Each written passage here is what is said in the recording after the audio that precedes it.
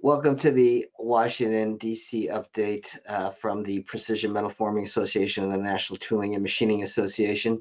This is where we provide our members with the federal government policy update since we last talked to you, which was about 5-6 weeks ago, I believe. I'm here with Omar Nashashibi and John Guzik from the Franklin Partnership. My colleague, Caitlin Sickles, unfortunately is in the dentist chair, so I'm representing the policy resolution group at Bracewell. We have lots to talk about today, so buckle up. We're going to talk about the U.S. Congress, what's going on. Congress is back, is coming back. The Senate's back this week and House back next week. We have lots to talk about with a regulatory update, including National Labor Relations Board issues, OSHA issues and things like that, and then ongoing topics in the international trade front on steel tariffs. And then we're going to talk about supply lines. And just a heads up, we are going to have a poll that we're going to ask you to participate in, those who are listening to this podcast. So there's an interactive element today, and we would like everybody to participate as one of these instant polls, but that's the only preview I will give. So I'm going to turn it over to John Guzik to get us started on what's on Congress's plate, because it's a lot, John. So go ahead. Thanks, Paul. And again, we're looking forward to everybody participating in on our online survey. We did that a couple of times during the COVID, and we found the results very helpful. And we are getting questions from folks on the Hill and in the administration, and so the data from this poll could be very helpful for us. Well, returning to Congress next week, for the first time in many, many weeks, both chambers will be back in session. That means there are very few days before September 30th, which is the expiration of the fiscal year. So Congress is in session basically Tuesday, Wednesdays, and Thursdays. So the House is back next week, next Tuesday. As Paul said, the Senate's in session this week. They've got to move all 12 appropriations bills. Before the Senate broke for their August recess, they passed all 12 appropriations bills out of the Senate Appropriations Committee with a strong bipartisan vote. Now as they come back this week, they're looking at combining a couple of these appropriations bills into what they call omnibus appropriations. And we're looking at the Agriculture, Food and Drug Administration, Military Construction, VA HUD is the first omnibus likely to be considered on the Senate floor. As I said, the Senate is working in a bipartisan way, and the Senate is trying to encourage the House to work in a bipartisan way. But there's a small group of conservative Republicans who are really pushing in a very different direction. And so in the end, I think the outcome of this budget debate that is taking place right now could have an impact on Kevin McCarthy's speakership, moving forward next year.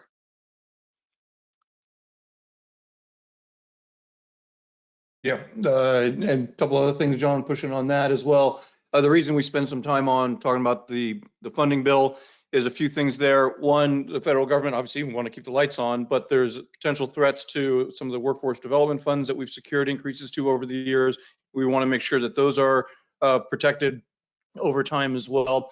We are also looking, because if there is an extension into November of the spending bill and into December, when we actually probably expect this closer to Christmas, that's where we're hoping to attach the research and development fix to, and also the bonus depreciation, take it back up to 100 from 80% and 163J, among some other things. And that's why some of that timing matters there as well. You see on this slide, there's just a lot on the congressional agenda, but much of it hinges on what happens, to John's point, with regards to the speaker and what he's able to pull off there as well. So FAA, Farm Bill, all those things, those are likely to get extensions for those of you in the defense space. The defense policy bill that we call the NDAA, that did pass the Senate, 80 some odd votes, something like that, to a handful against. So that's very, very bipartisan.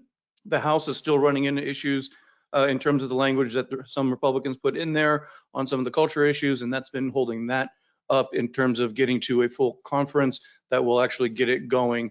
And so you'll see that also happen in the next coming months. We did just get one question in here, and we'll have to speculate a little bit, but it is congressional related. Any input on the Senator Tommy Tuber bill, the Republican of Alabama, and the holds that he has on military appointment process due to an issue that he's concerned about. And for everything that we're understanding here, John, you feel free to jump in. It seems like he has dug in. He's not going to let go of the military holds that he's got. He even made the statement that was quoted saying, well, we just won't have a chairman of the Joint Chiefs of Staff then, won't we? It's come in October. So it doesn't seem like he's really reducing much of the holds from that standpoint. A few other things to jump into and getting into some of the regulatory issues. John, unless you had any other thoughts on the rest of the calendar year on Congress? John, if you're still with us, not hearing you. So jump back in and interrupt me when you can. Moving forward then, a couple things here as we go on to onto the regulatory issues. That's going to dominate much of the rest of our slide deck here, as there's going to be quite a few topics to go through. When we are looking at the agenda, we're going to talk about OSHA a little bit, well, OSHA a lot actually. So bear with us. As always, this is one of those where you're going to want to be able to take it back to the shop and make sure that everyone's still in compliance and understanding what's going on there. OSHA has a worker walk-around proposed rule. This is somewhat related directly to unions. What's happening here to start under the Obama era, there's a new rule that would allow third-party designees of employees to accompany an OSHA inspector on their inspection. This includes a union rep. So let's say your shop is not an organized facility. An employee can designate an actual union rep to go along with the OSHA inspector on a walk-around, though the inspector themselves must see that there's a value and importance for that designee to be there as well. So that's a reversal. Keep that in mind for those of you that are concerned about some organizing activity potentially in your shops.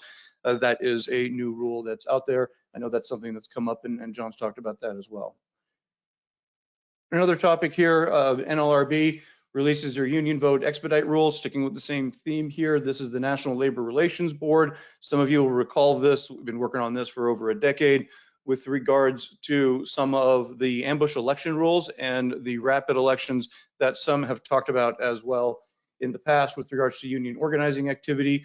What this will do is going to reduce the amount of time between when they're calling for an election and election actually takes place rather. They're going to allow for pre-election hearings to be done more quickly. This is what used to be referred to as quickie elections in the early days of the Obama administration when they tried to do that. And then also ambush elections is the other terminology. And they're looking at getting rid of some of the card check requirements that are in there. So there's a number of issues with regards to this one as well. So take note that those previous two are obviously union related, so it may not apply to everyone that's out there.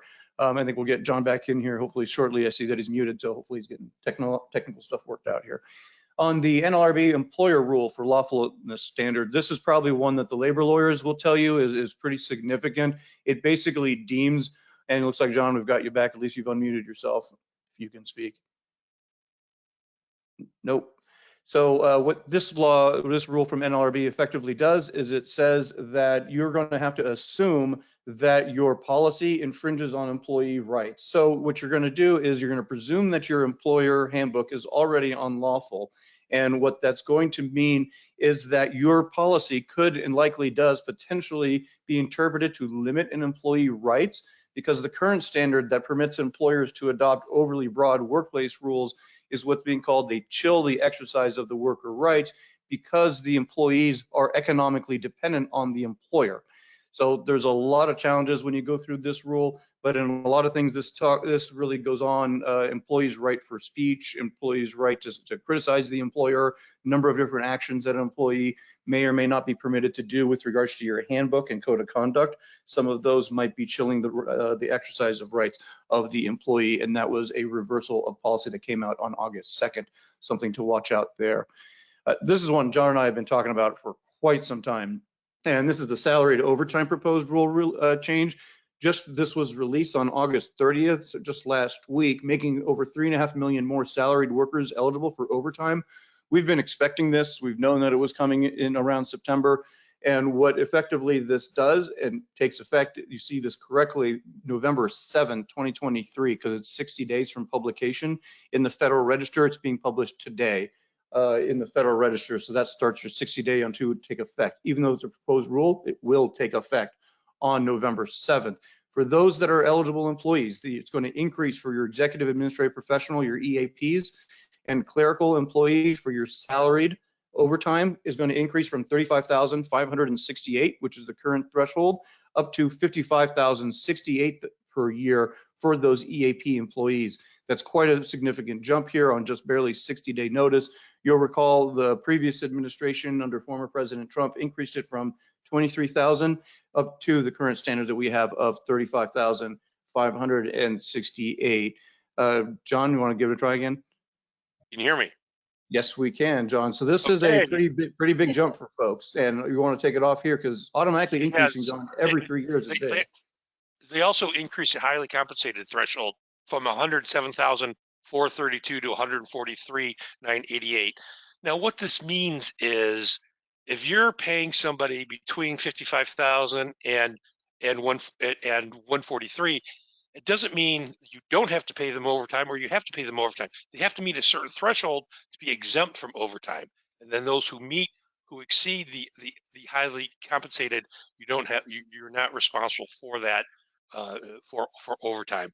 And another additional thing, because it took so many years to get this rule turned around because of switching of administrations, this is going to be updated every 3 years, Omar, based on a formula that OSHA's put together with a average of state salaries from Southern. Yeah, so let me jump in here. So it's the wage and hour division, and the automatic increases is something that dates back to the Obama administration.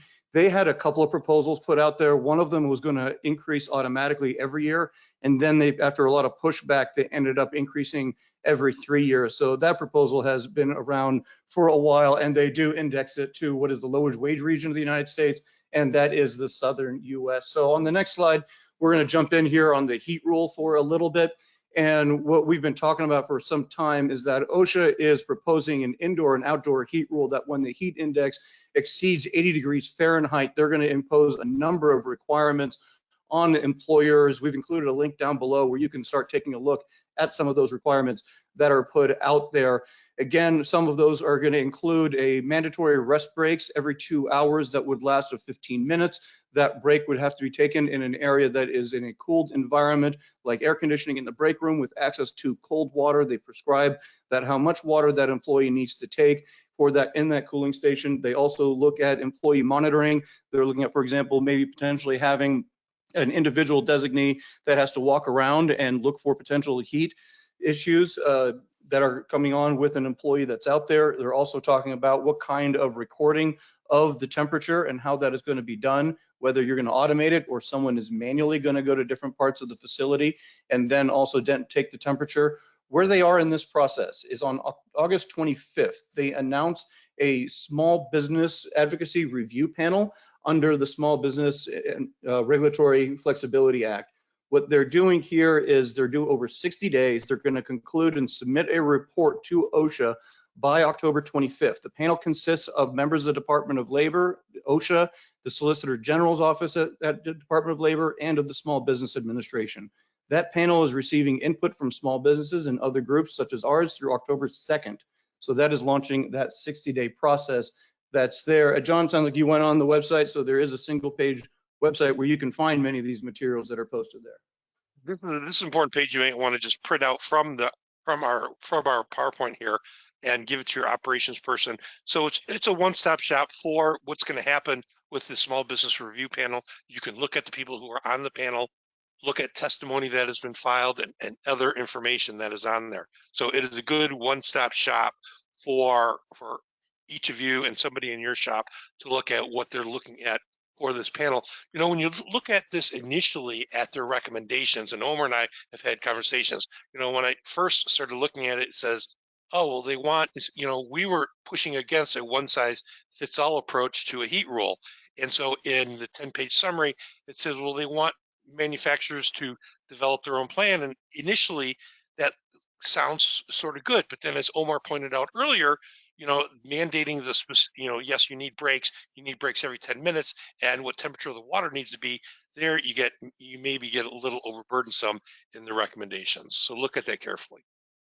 You should. And so they've got a series of sessions that they're doing. So again, this is a review process to directly examine the impact of a potential rule on small businesses. And those are defined in our industry as either 500, 750, or for you auto stampers, 1,000. So if you have under those employee numbers, then you are an entity in a regulated small business. There are 5 public listening sessions. The first one was yesterday. It lasted almost the full 3 hours that was allotted there. They've got the OSHA individuals asking questions of those folks that are on the small entity representatives, the SERs, what they call them, the SERs. And the SERs, there were about 8 or 9 of them or so, maybe 10, that were on the panel and speaking, and that it's pretty informative. They talk about what's feasible, what's not feasible in terms of their workspace. So that's something to certainly take a look and watch closely. They'll give you an idea here on the next 2 or 3 slides. These are excerpts. There's 3 documents rather. John alluded to one of them. There's the 10-page summary that's relatively digestible. Then there's the 71-page document that's broken up into 3 sections and 2 appendices. In the first section is summary, skip it. Section 2 is really where they get into the recommendations. Anyone that's interested, email me. I've got my noted and highlighted one for my version if you want to skip through get to the important stuff. But these are some of the examples of what they want. They want everybody to have a HIP, which is a heat injury illness prevention program, a plan that's put into place. If you have more than 10 employees, then you're going to have to be required to have some kind of a plan that identifies hazards, involves the employees and identifies of hazards, look at training for those employees. They're also talking about weather acclimatization, where you only allow them to work a certain percentage of their shift at that machine if the heat exceeds that 80-degree threshold that's out there. So these, as you see, are certain components that they want to see inside of that plan that's in there. What procedures? Again, I mentioned some of the reporting and record keeping. And John, I'm not sure if you saw this in the 10-pager or if this I think was in the longer one as well. But they have several triggers here, similar to what they're doing in California, where there's 2 different levels. What they've done now at OSHA is they're proposing to do 2 different triggers. One when you get to 80 degrees or higher with the heat index, and another one when we get to 87 degrees or higher for a heat index. And both of those situations would trigger some additional requirements that you would have. And that's what you see on this page that's right here. And that's what John mentioned, the drinking water that's required. You can go through the document. They'll tell you exactly how much is supposed to be there. And as you see, as needed rest breaks for 10 minutes every 2 hours. In some areas, rest breaks 15 minutes for every 2 hours. That's how it differentiates between the initial heat trigger and the above heat trigger. You'll notice those different steps. Some companies we're talking to are considering, how do I install automatic monitoring? Because it's ridiculous to waste an employee to have them go to all different parts of your plant throughout the day and take individual measurements and then have to take actions accordingly. So there's probably going to have to be some kind of safety controls, engineering controls that are put in place if and when this rule goes through. John, what else stood out to you on this before we get to some of the cost estimates? But I think that the column on the left is very helpful. As you put together this plan, this is what OSHA is going to be looking for you to be included in your, by the way, it has to be a written plan, and a plan that is updated periodically. And so, again, as you work with your employees and put your team together to put together your HIP, a new acronym here in Washington, is keep this slide readily available, and keep in mind, this is injury illness. So there's also record keeping requirements. So this is just some important stuff that you might want to consider as you put that written plan together. So to your point right there, John, one of the things that they're proposing and they're asking for input on is whether it's just what California is considering, should you require the recording of all the temperatures and the temperatures in various parts of the shops, and should you be required to maintain those records for 12 months? So that's, again, where it starts to think about, okay, where are some of these requirements? Am I going to have to fabricate an area for air conditioning? Is the break room sufficient? Because if you're running 410s, so that was an example that some companies have brought up. So I'm running a 410 and you want me to stop the shift every 2 hours in order for them to take a 10-minute break, when we normally would have them stop for, say, a break at 2.5 hours or at 3 hours, or some go straight to lunch. So there's different issues you're going to have your HR folks really talk to them about. And again, we don't think this is a matter of when, if, it's a matter of when they come through. So again, the clock on this goes back to On October 2nd, there's again 5 panels, 5 sessions are going through. The next ones are on the 12th, 13th, 14th, and the 18th. Then the comments are going to be due in the docket by October 2nd. The report is due to OSHA from this government panel on October 25th, which puts them into the policy rulemaking stage probably this winter, with possibly even taking effect next summer. We've spent a lot of time on this, but as you can see, OSHA, we believe, is drastically underestimating the amount of time that it would take. So they're saying if you already have some kind of a heat plan in place, it'll only take you 2.5 hours in order to update it to what OSHA's 71 pages and 10 pages have in mind for you. And if you don't have a plan at all and you're starting from scratch and you're a small business, it's going to take 40 hours. Well, I can already tell you that's ridiculous, because the lawyer is going to charge you half that just to get it going. So those are some of the things that you're looking at. John, I don't think it's just OSHA. As you can see here, HHS is getting in on the game as well. Now, all of government is interested in this heat index rule. And here we have OSHA, released, the geographic areas of, where it's hot in the United States. Not a big surprise here that Florida, Arizona, and Texas are hot areas of this country. So, yep. You want to take on WOTUS as well? That's a big one too. Interesting. Yeah, this is another big one. The EPA and Corps of Engineers rewrote their Waters of the U.S. rule based on the Supreme Court ruling recently. And so this is a significant change to what the administration was proposing for Waters of the U.S. It does eliminate significant nexus. The significant nexus test excludes adjacent and interstate wetlands from the definition of jurisdictional waters. And so this is based on the Supreme Court decision. Adjacent and interstate wetlands is a significant change for what the administration wanted to put forward. And as the slide says, this is effective immediately as soon as it's published in the Federal Register. Omar, has this been published yet in the Federal Register? Yeah, it's effective today. So I would say Friday, the 8th of September. So yes, John, just took effect today.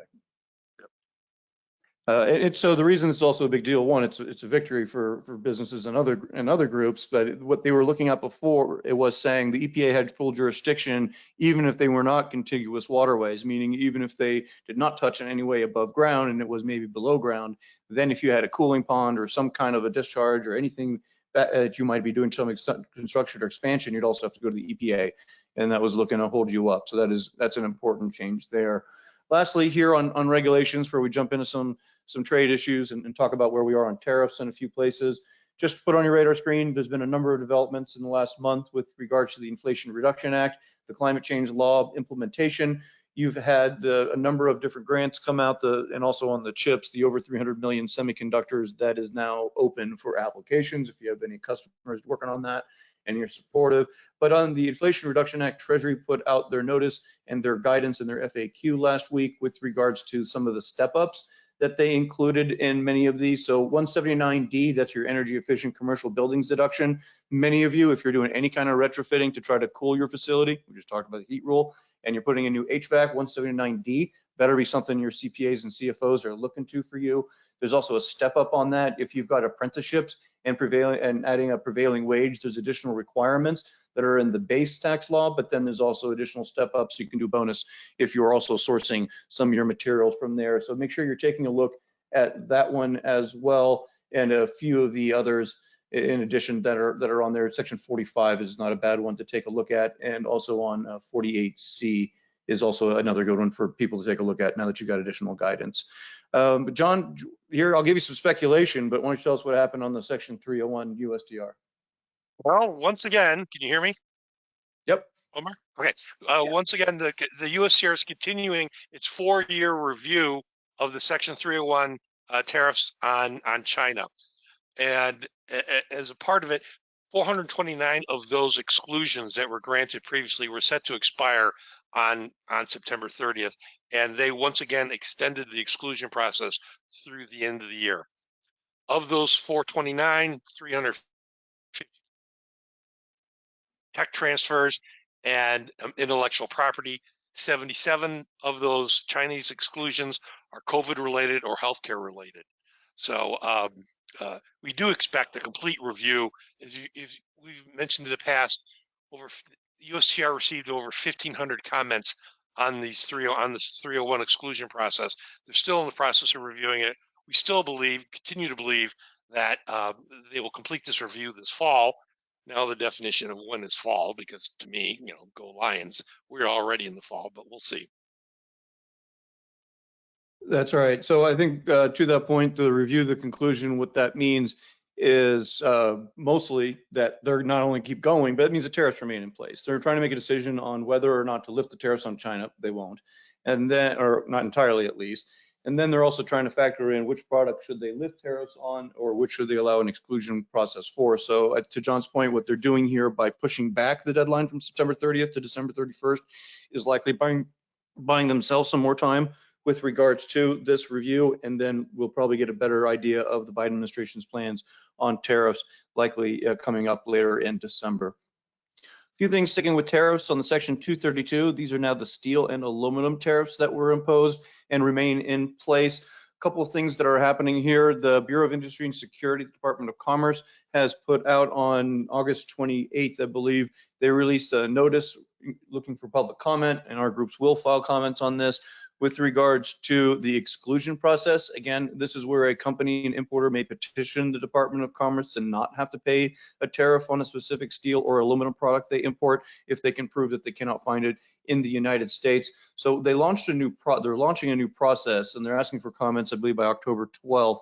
And they're basically look at it as 4 key things that they're changing here. They're going to look at the general approved exclusions, the GAEs, and they're going to try to take a look at which ones have a substantive objection and which ones have just been mass objections or which ones have not received any, and try to streamline the process a little bit better by just automatically granting product-wide, not company-specific, those GAEs. And Paul, the one that I also took note of is the general denied exclusions process, that's a new one that they're trying to create there. But really the things that I care most about, if you want to jump in here, are really on the certifications, trying to get the steel industry to certify on paper that they can actually deliver the product has always been a challenge. Boy, yeah, and Omar, you guys and I have been hammering Commerce, and we've been making this point, I think, since the exclusion process began back after the 2018 tariffs were imposed. The big issue that we hear from steel users is, and your buyers, is just going a exclusion is denied, and then you're going to all these domestic steel producers asking them to supply a certain product, which they reply they can't. So I give some credit to the Commerce Department for, after having several years of experience in dealing with these exclusions, that they're trying to make the process a little better. We've always said that the exclusion process is not the answer to the Section 232 tariffs in resolving this issue, but having an efficient exclusion process would be a big help. So, as you know, both NTMA and PMA are members of the Coalition of American Metal Manufacturers and Users, which was formed to deal with the Section 232 tariffs, and we'll be filing comments. And so anybody who has experience, I know a lot of you do purchase steel through service centers, but if you do have experience with the exclusion process, we'd love to hear from you. Thanks, Omar. Omar, to Paul's point, they must certify that the objectors can supply quality and quantity of steel immediately. But Omar, what is the definition of immediately? Right. And so to them, making steel and aluminum available immediately means 8 weeks generally. Now, if you recall, 2 Octobers ago, maybe 3 Octobers ago now, the Commerce Department did put out something similar. At that point, they called it readily available, if you'll recall that point. And now they're looking at immediately available. Within 8 weeks, it can be produced and delivered, and from the receipt of the bidding purchasing order. And it's not possible by a date earlier than the time required for the requester to obtain the entire quantity of the product from the requester's foreign supplier. Now, this is important. Furthermore, to the extent that an objector can produce and deliver a portion that is less than 100%, then that steel or aluminum needed, the business activities, then they'll look in and saying, no, they can deny that request for the exclusion that the percentage was imported. So they're looking at how they can try to deal with both of this. And what I also look at is interesting, and this might be subject to a lot of interpretation, is also whether or not it needs to be an equivalent as a substitute product. So they're making some pretty significant changes for those of you that have been involved in this process that's out there. So keep watch on it, because this could take effect pretty quickly once and if this process does get approved, which we suspect that it is. Again, to Paul's point, we'll be weighing in with him.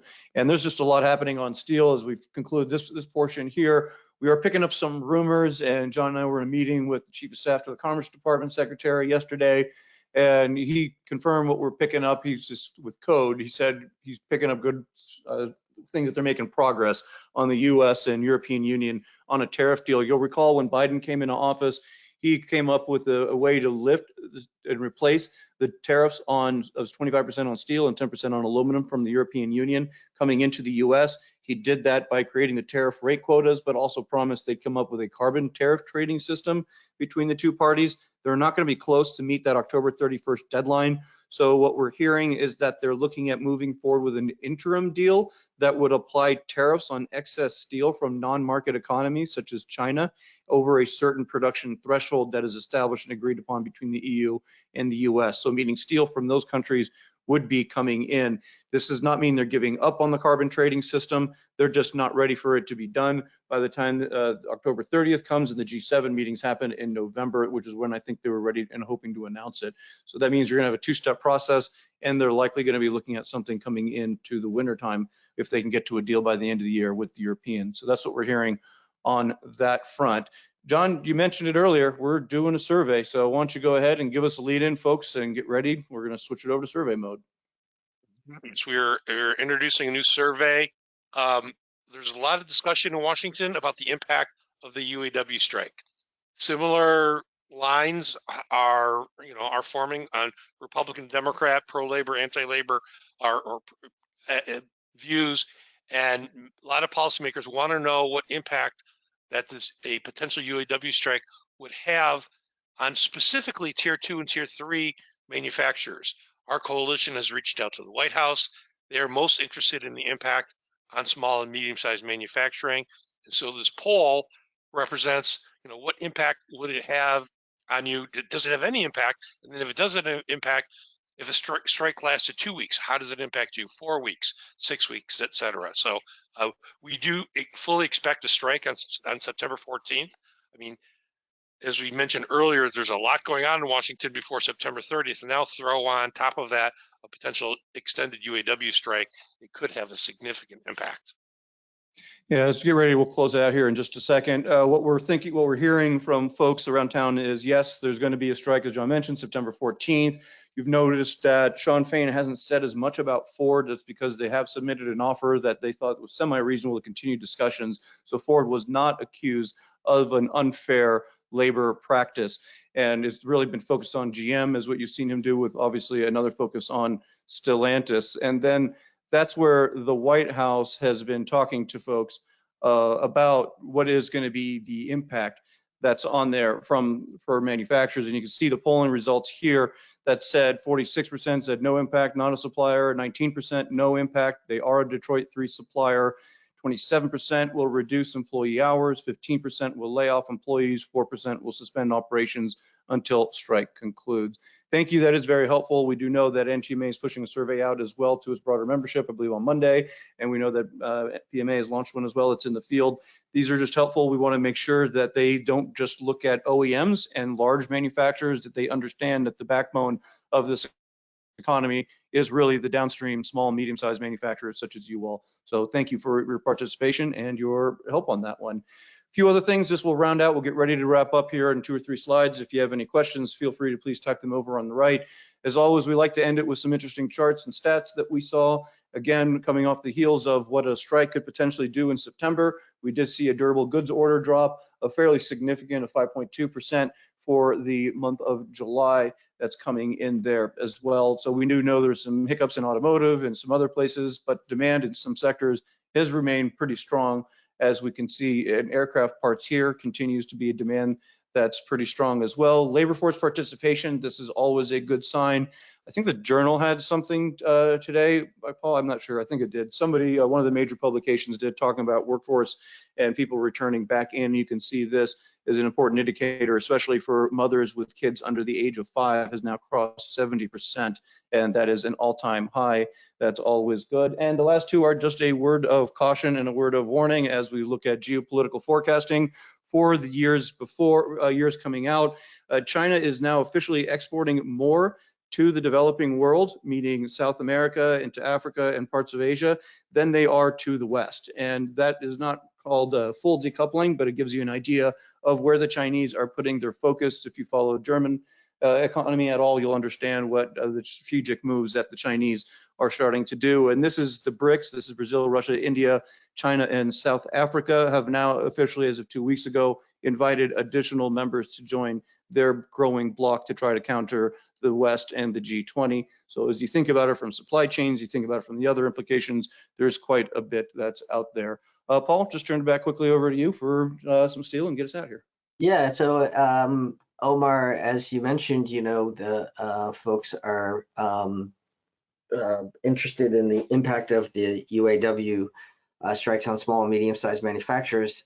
In the same vein, we've gotten some media interest in the impact of a potential U.S. Steel takeover, whether it's Cleveland-Cliffs or it's somebody else, and the impact on the market. We've already arranged for Scott Buer, who is a member, a One Voice member, to speak to the Wall Street Journal. So there are always opportunities to weigh in, and obviously we as steel users and as manufacturers have a role in public policy, and it's always good to be in these major media outlets. So if you're interested in participating, just a reminder, contact your associations. We have a good list of media volunteers from both associations, and we could always use your help. And a reminder also that we have the One Voice podcast. We'll be posting a podcast next week, updated one now that Congress has returned. We'll talk about some of these issues and some other issues, so take a listen. It's available wherever you get your podcast on all platforms. Omar? Thank you. As always, thank you for everybody's support over the years and over the months, and we look forward to continuing to do this with your support of the both programs from both associations. And with that, please do enter in any questions you've got. We've got two, so we'll try to take them here pretty quickly. One of them will clean up the New Jersey language, but was looking for an update on the research and development tax and where things are right there. As John and I mentioned, the Republicans had tried to get through their bill over the summer because of state and local tax deduction objections. They weren't able to get that through. Then they might still try to get another vote this month in September or next month on a House Republican only passed bill if they're able to get it through that chamber. And that would include a fix for research and development, removing the amortization capitalization requirement, allowing you to fully expense, all retroactive to January 1 of 2022. Even if that bill does not pass between now and the time we speak next, we still believe that there's a very good chance in December that the R&D fix will get attached onto a broader legislative bill that will be moving. So that's where we see that going. This month will be pretty important. We've PMA and NTMA both submitted separately, because we're working on volume, letters to the House Ways and Means Committee chair in support of his bill and this language to push it. There is a staff briefing that's going on Friday, the 15th of September, to also encourage House staff to really understand the pain that R&D is causing. So that is moving forward there quickly. One other question we received is, Washington, D.C. worried about the growth of the BRIC nations to subvert dominance of the US dollar, or are they ignoring this? You've got one committee in particular, I just got another press release from them today, the House Select Committee on the Chinese Communist Party. They really are focused on this. They are raising the awareness quite a bit on that. And that's one of the few entities that is looking at it. The dollar is still going to dominate, at least for the next several decades. Most folks in town understand that. But yes, there are certain quarters, and that's why Biden's going to have a lot of side meetings. He's in India this week, and that's, I believe, why he's going to Vietnam, to try to help protect them and keep them away from the BRICS as well. So in some narrow pockets, the answer is yes, but no, not to the extent that they should be. Any other questions? Anything else we left off? Nope. Okay, thank you, everybody. Appreciate your time today, and we will talk to you next month.